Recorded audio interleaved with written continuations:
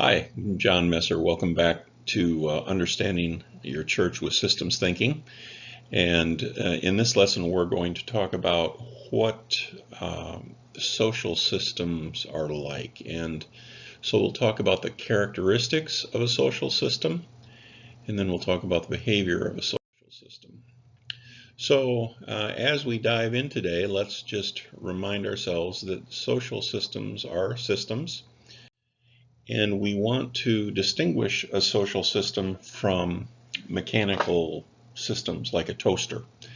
Um, a toaster is a system because all of the parts are necessary and it is put together. They're interdependent and it operates according to a structure in order to accomplish a goal. And it is structured and organized to produce toast. The difference between a mechanical system and a social system is that when a toaster breaks down or isn't functioning properly, how do we discover how to make it better? Well, we usually would go to a blueprint and we would see, okay, what are the individual elements here? Which one isn't operating effectively? And then we would replace that piece or that element. Social systems don't work that way.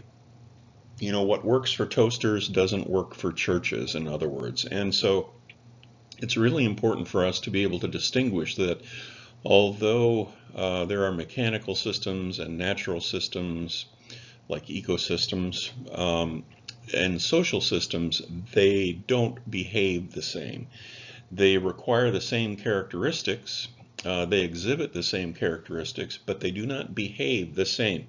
Why? Well, because a toaster is a mechanical, it's non-living, it has no people in it. A natural system like an ecosystem or the solar system behaves according to principles, and it is predictable, it's observable, it's repeatable. But social systems like classrooms or families or a church or a business or a school, social systems do not behave in the same way because they are dynamically complex, and they are composed of human beings. And so social systems, although they have all of the same characteristics, they are interdependent, they are all interrelated, it takes all the parts to produce the outcome, and the structure is driving the outcomes. The difference is that when we talk about changing the behavior of a system, a social system, we're talking about a much more involved and intricate process because they don't behave according to our common sense. And they don't act like toasters, and they don't act like ecosystems. So it's important to remember that because common sense tends to fail us, or the most obvious fix doesn't work in a social system like a church. But let's continue talking about the characteristics of a system.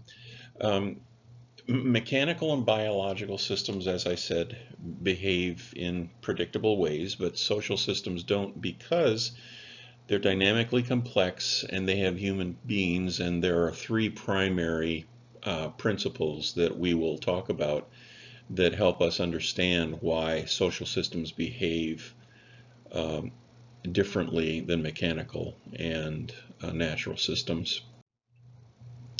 Churches as social systems um, are an excellent example of dynamic complexity. And remember, dynamic complexity is not the complexity because of the number of parts in the system, it's the relationships, it's the multiple, the myriad of relationships and interrelationships between all of the parts. Say you have a church of 100 people and calculate the number of potential interrelationships between all of those 100 people.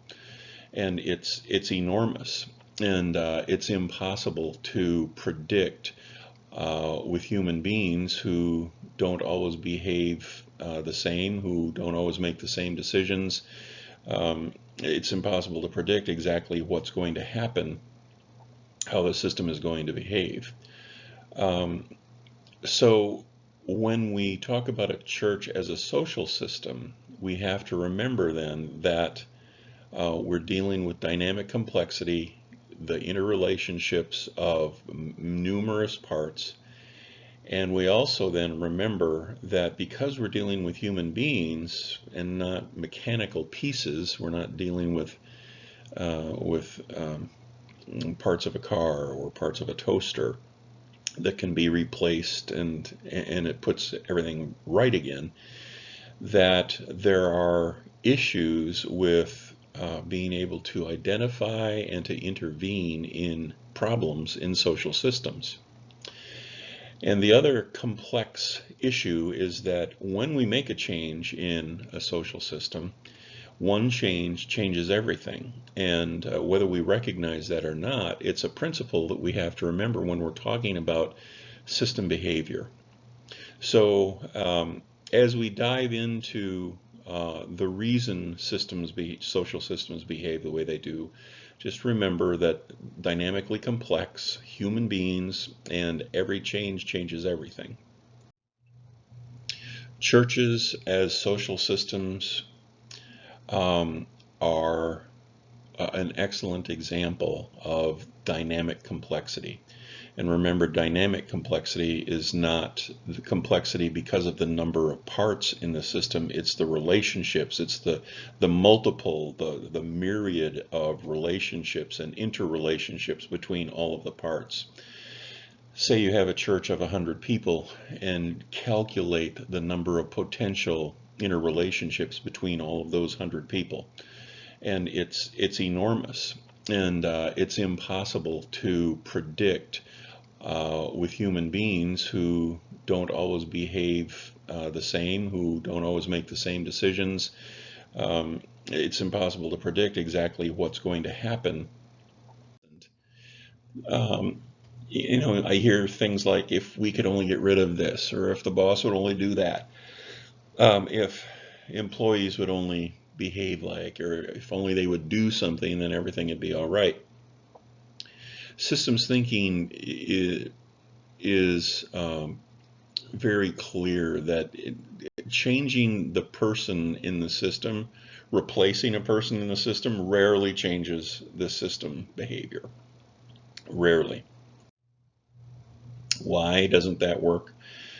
Well, first of all, we're dealing with systems composed of human beings, okay?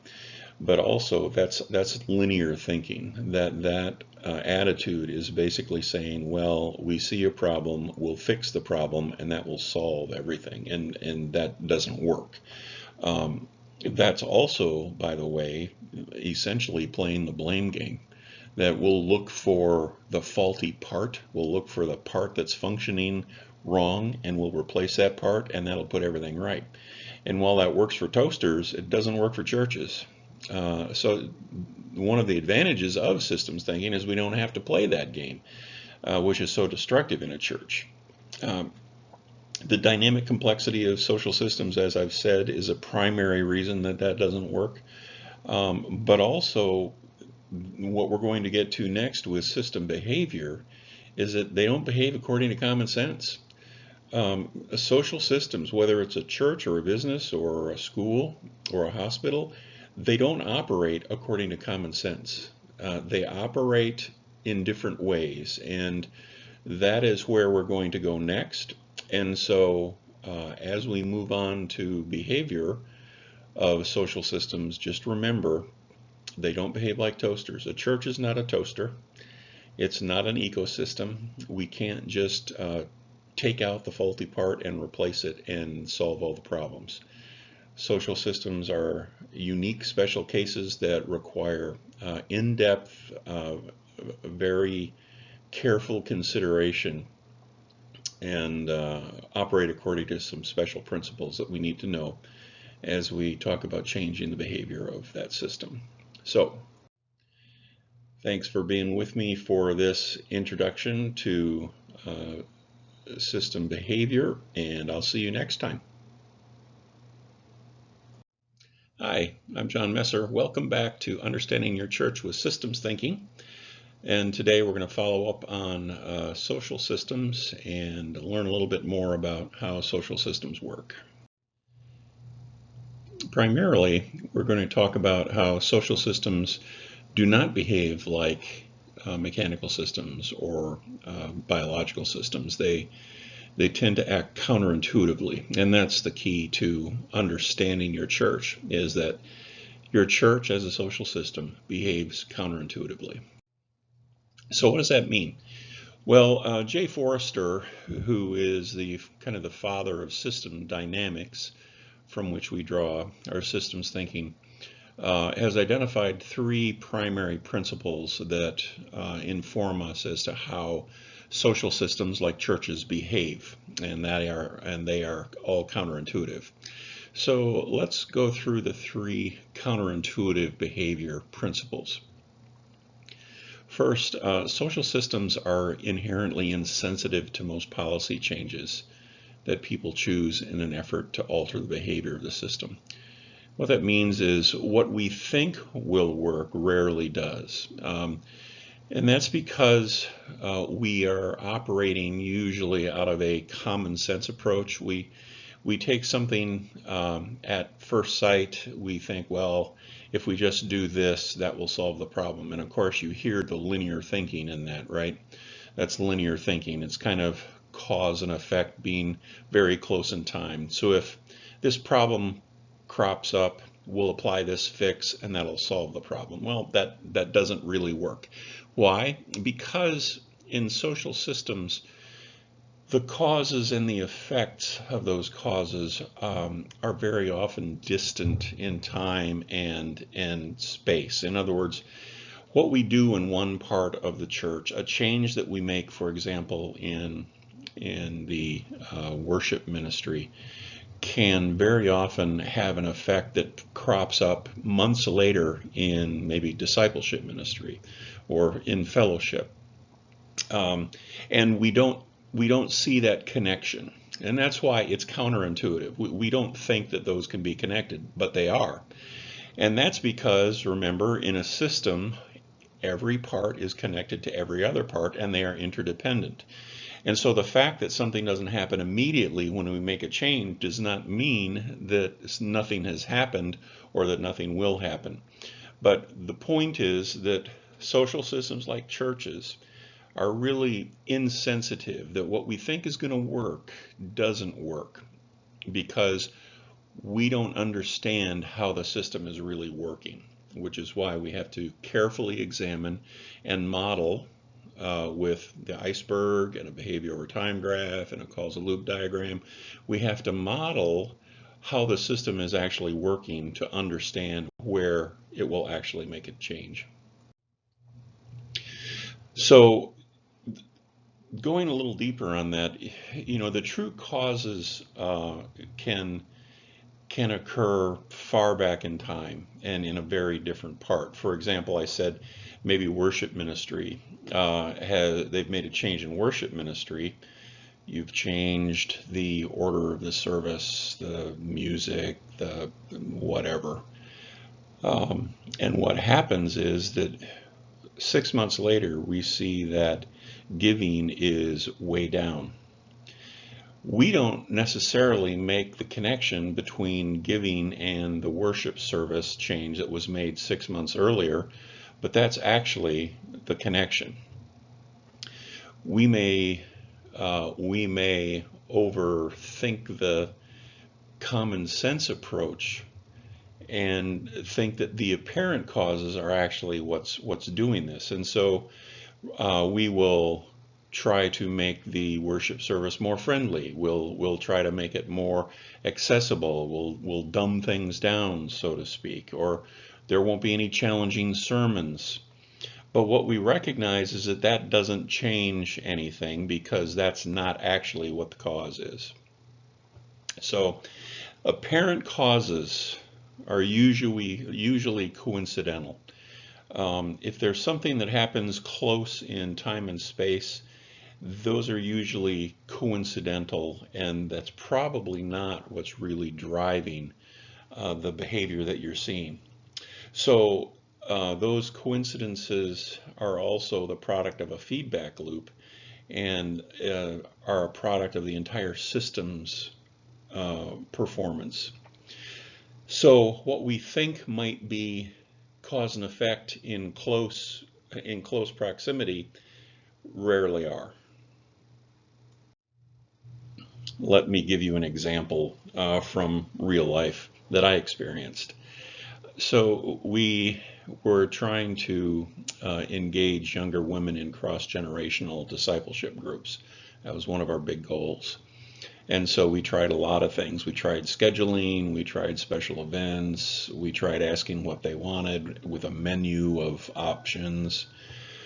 But what we found out later, much later, was that it had nothing to do with those things that we, by common sense, thought it must be. It must be that there aren't enough events. It must be that our scheduling is off, or it must be that we're not trying to ask them what they really want. Had nothing to do with any of that. What happened was that we discovered that the young women were being treated badly in the kitchen committees that they were participating in, because the older women were used to doing things in a very hierarchical, kind of authoritative way, and the young women felt like they were treated badly and really didn't want to get to know or have to participate with the older women in anything after that experience. It was so bad that it prevented them from wanting to be in cross-generational groups. And so while they would get together in their own age groups and in their own small groups, they did not want anything to do with cross-generational. And we didn't discover that until we started asking questions about and watching and observing in other areas. Now, if we had believed that it had to be something immediately connected, we would have kept trying to add more events or to change the scheduling or to continue to get more feedback from them about, well, this is what we want, this is what will help us, this is what will get us into cross-generational groups. It wasn't any of that, and it's really important to understand that what was happening in one very distant, kind of unthought of part of the church was affecting a major ministry goal for us. So now, the second principle of counterintuitive behavior is that social systems like churches tend to have a few sensitive influence points where you can change the behavior. And those points are rarely where we think they are, where we expect them to be. And then when a high influence policy is identified, the chances are great that a person guided by intuition and judgment will alter the system in the wrong direction. So what we're saying is that common sense is not going to get you to the right place in a system because they behave counterintuitively. Common sense and counterintuitive are kind of opposites. You don't get to the right place if you're operating by common sense, because that by definition is intuitive, and churches operate counterintuitively. So you want to consider carefully that where you think you need to act, example again is we think we need to change our schedule for women, we think we need to add more events for women. Those were the wrong things. Those were our common sense approaches. They didn't work. It just would have added more pressure, and it just wouldn't been accomplish anything positive. So again, the women's discipleship, we thought the influence point was more options, better quality, better availability. So we would create new links in the system for the younger women. But actually, the influence point, the point was going to change things, was actually in the women's kitchen committees, which at common sense, at first sight, didn't seem to have any connection to women's discipleship at all. And but again, because it is a system, everything is interconnected, everything is interrelated. And so there was a connection. We just had to be able to see that and understand that the influence point, the leverage point was there. The third principle of counterintuitive behavior is that social systems like churches exhibit a conflict between short-term and long-term consequences of a policy change or a decision or an action that's taken.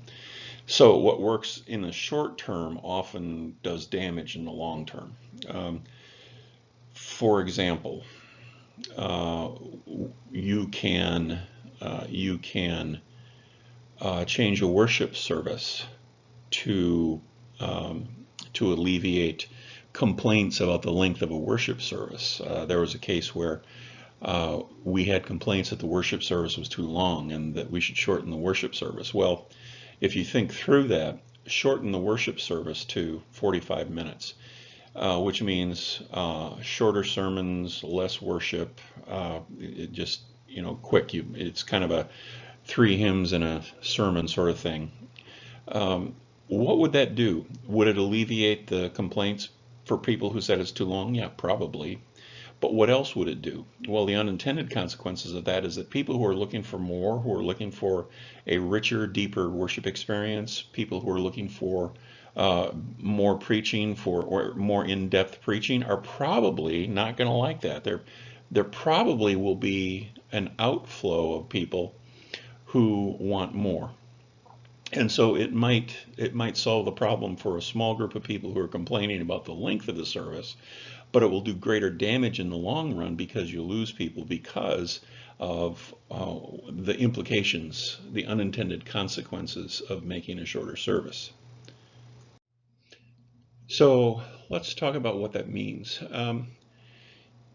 If we if we choose an action or policy that will be beneficial in the long run, very often that will depress the system, or that will be perceived as a negative, or it will create problems, so to speak, in the short term. And that's a dangerous place. That's very much a place for good leadership, because the short run is what most people are focused on. And and anytime we get a sense that there's something bad happening in the short run, we in our linear thinking want it to be fixed. We want it to be taken care of, and we want everything to be back to the way it was, whether that's healthy or not. And of course, we know that we tend to have a very short attention span, and we tend to have a low level of pain tolerance. And so we tend to like things that work quickly and easily.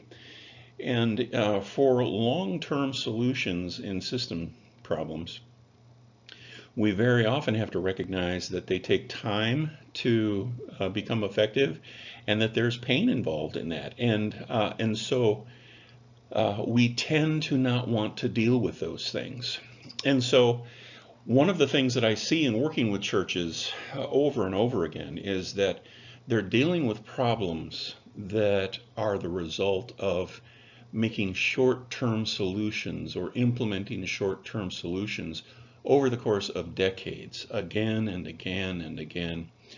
It's such a common church problem, and let me give you an example of that. The biggest example of that is that when a church isn't working the way a certain group wants it to work, normally it's the group that has the most influence or power in the church. What happens? You fire the pastor and you get another pastor. You don't take the opportunity between pastors to do anything to make the church healthier, or to make corrections in how you work. We'll just bring in another person, assuming that if we just replace the person, that will solve our problems. And it doesn't. All it does is compound the problems, because the same system is operating, and we just put another person in that situation, and we're still unwilling to deal with our real systemic problems. And so that happens over and over and over again, and eventually it becomes so damaging. The church is basically on life support, and one of two things is going to happen. It's either going to implode or the church will close. And that's where a lot of churches end up, and it is the result of being unwilling to recognize that dealing with the symptoms of a problem in the long term will actually be more damaging than taking the time and enduring the pain to resolve the real underlying problem. That's one of the key principles of systems thinking. So again, back to our women's discipleship example. What we did is we restructured the kitchen committee, the kitchen ministry. We didn't have any more committees that were hierarchically arranged with the older women in charge and the younger women just being kind of team members, so to speak. How did that work? Well, it wasn't popular with the older women, with the women who had been in the church the longest, who had a long history in the denomination. There was significant resistance, and there was some rebellion from the older women. And how that appeared was, the gossip of what they're doing is they're trying to get rid of us. They don't care about the older people. They don't want this. They don't want that. There's not going to be any ministry for fellowship. There won't be any ministry for funerals, etc., etc., etc.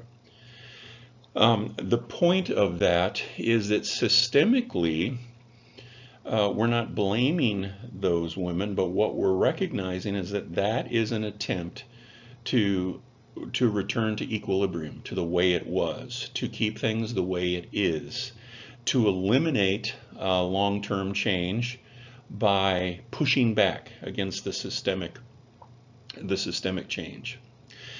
So in the short term, there was pain and there was resistance. But in the long term, when we looked at it a year later, much better inclusion of women in ministry, and the discipleship of women had improved significantly. So at first, what seemed to have nothing to do with one another, kitchen committees, women's discipleship, we saw the connection. And rather than dealing with symptoms, which we had thought were closely connected in time and space, scheduling or opportunities or events, we ended up dealing with a real problem, which was a long way away in the organization, in the system. And it, although it was painful, it ended up being the best thing that we could do. It was a win in the church system. So what's kind of a big idea from all of this? Well, the big idea that I really want you to remember here is that from a systems perspective, there are no dysfunctional churches. And that doesn't mean that there aren't people who are in some ways dysfunctional, but the church is not dysfunctional. It's functioning according to the structure of the church. And so if the church isn't accomplishing what is desired, the system is the problem, and it's normally the system structure. The system isn't structured to accomplish what you think it is. Because every church, this is a system principle.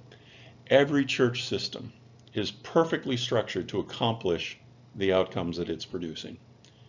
That is a principle that is true. We may not like that, but it is true. Very often, the problem is that what churches think they're trying to accomplish is not what they're organized to accomplish. Very often, churches are organized to have an organization. They're not organized to actually accomplish what they say they're trying to accomplish. And that's where systems thinking is so valuable, is that we can find out. So we say that we're trying to accomplish this, but we don't see that we're actually accomplishing that. What's the deal? What's really going on here? And that's why understanding your church or systems thinking is so important. It's so important. So if there are no dysfunctional churches, and again, this gets back to, can we change a church by just changing people? And the answer is rarely. Rarely does that work, because the system is still operating in the same way because it's still structured in the same way. The mental models haven't changed, the structure hasn't changed, and so just changing, swapping out one person like we swap out a faulty circuit board, it doesn't work that way, not in social systems. Leaders may think that their church is dysfunctional because their expectations are based on common sense or intuitive understanding. But remember, that common sense, intuitive understanding is rarely what's happening in a system. Because social systems do not operate by common sense. They operate counterintuitively. And that is very important. Probably the most important things we can learn about our church. So, thanks for joining me again for Understanding Your Church with Systems Thinking. We're looking forward to talking about mental models next time, and so I'll see you then.